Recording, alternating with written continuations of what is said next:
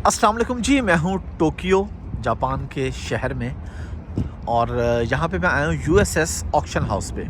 ये दुनिया की सबसे बड़ी ऑक्शन कंपनी है यूएसएस। अच्छा, ये आप लोग मेरे सामने गाड़ियाँ देख रहे हैं, ये हैं वो सामने हैं। अभी मैं आपको ये सारा विज़िट करवाता हूँ। ये भी रात तक भर जाएगा पूरा, क्योंकि एवरी ट्यूसडे इस ऑक्शन हाउस में ऑक्शन होती है। तो आज रात तक जो है यहाँ पे ज़्यादा सारी गाड़ियाँ इकट्ठी हो जाएंगी। यहाँ पे मैं आपको गाड़ियों की कीमतें बताना चाह रहा हूँ यार। मुझे बड़ी एक हैरत हुई यहाँ पे सुन के डिटेल्स इस हवाले से कि यहाँ पर गाड़ियों की कीमतें बहुत ही कम है, बहुत सस्ती गाड़ियाँ हैं यहाँ पे। लेकिन जब पाकिस्तान जाती है तो ये गाड़ियाँ जाके महंगी हो जाती हैं। ये बाहर भी हमारे पास पड़ी हैं, खड़ी हैं गाड़ियाँ, वो ट्रक भी हैं, गाड़ियाँ भी हैं। अच्छा, यहाँ पे जो नॉर्मल 660 सीसी गाड़ी है जो पाकिस्तान में 25-30 लाख की मिल रही है, उसकी कीमत यहाँ पे येन में 2 से 2.5 लाख, 3 लाख, 4 लाख के दरमियान होती है। यानी कि पाकिस्तानी अमाउंट में वो बनती है 4-5 लाख से लेके 6-7-8 लाख तक, डिपेंडिंग कि कौन सा मॉडल है, किस मॉडल किस ईयर का है, और फिर किस ईयर में किस टाइम पे कब आई है, कितनी पुरानी गाड़ी है। जो भी गाड़ी की कंडीशन के हिसाब से, ग्रेड के हिसाब से कीमत होती है। अब उस पर 1 लाख येन उसका किराया लगता है। ये सामने ही पोर्ट है, ये सामने।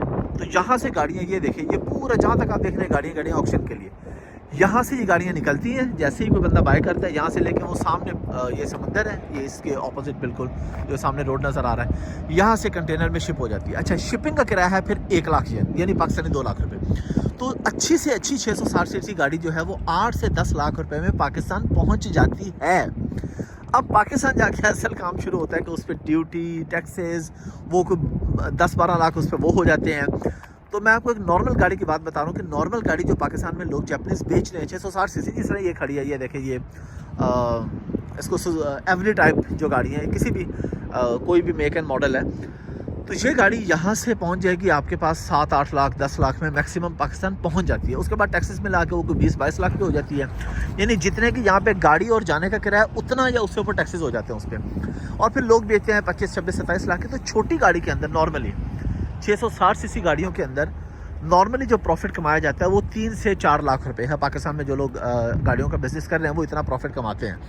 अच्छा, अब इसमें एक और चीज़ ये भी है कि जब भी मैं कहीं जाता हूँ, मैं लोगों को गाइड करता हूँ, वैसे लोगों को बताता हूँ, तो उस पर उस बिज़नेस वाले फ़ौरन शोर भी मचा देते हैं, जी नहीं हम लुटेंगे मारेंगे। भाई, अगर आप लुटे मारेंगे तो आप काम छोड़ दें, आप कोई और काम कर लें।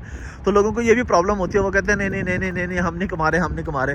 तो भाई, गाड़ियाँ सवाब के लिए तो कोई नहीं बेच रहा ना जापान से ला के पाकिस्तान में। ऑफ कोर्स पैसे कमा रहे हैं तो बेच रहे हैं। नुकसान वाला कोई बेवकूफ़ी होगा जो बिज़नेस कर रहा है गाड़ियों का, नुकसान में जा रहा है फिर भी करे जा रहा है। तो यकीनन कोई जाहिल ही हो सकता है, कोई अक्लमंद आदमी तो ऐसा नहीं हो सकता जो प्रॉफिट ना कमा रहा हो, लॉस में जाके वो गाड़ियाँ बेची जा रहा है। तो मेरी गुजारिश भी है कि प्लीज़ रोना नहीं है, अल्लाह के शुक्र अदा करें। जो भी दोस्त, ऐसे बहुत कम होते हैं रोने वाले, लेकिन होते हैं।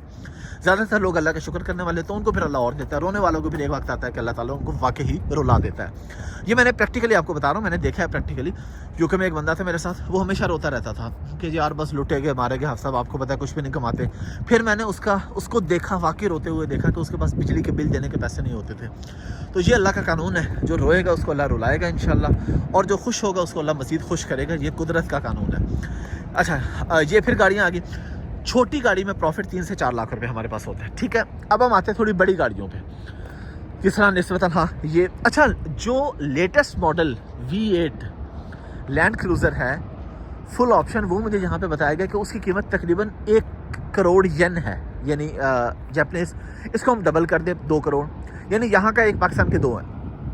अब जो गाड़ी आपको तकरीबन 2 करोड़ में यहाँ पे मिल रही है, वो पाकिस्तान जाके ड्यूटी वगैरह डाल के, टैक्सेस डाल के, प्रॉफिट डाल के आपको 8 से 10 करोड़ में मिलती है।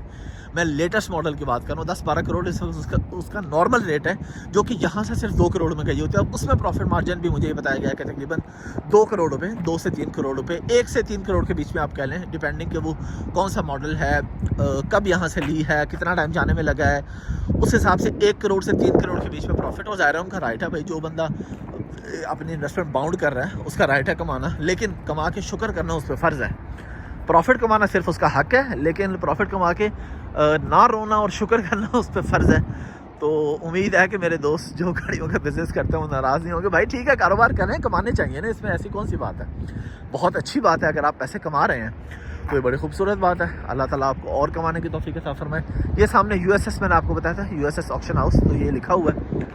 और ये सामने जो बिल्डिंग है ये भी इन्हीं की है, वहाँ पे भी यही कुछ हो रहा है। ये सामने यूएसएस का ऑफिस है, जहाँ पे अंदर जाके आप कोई भी गाड़ी جو آپ یہاں پہ لے کے آتے ہیں. اندر جا کے آپ فارم فل کرتے ہیں, آکشن شیٹ بناتے ہیں کہ جی یہ میں اتنے کی, آپ کو اتنی میری منیمم پرائس ہے, اس کے اوپر جو بھی آکشن لگ جائے.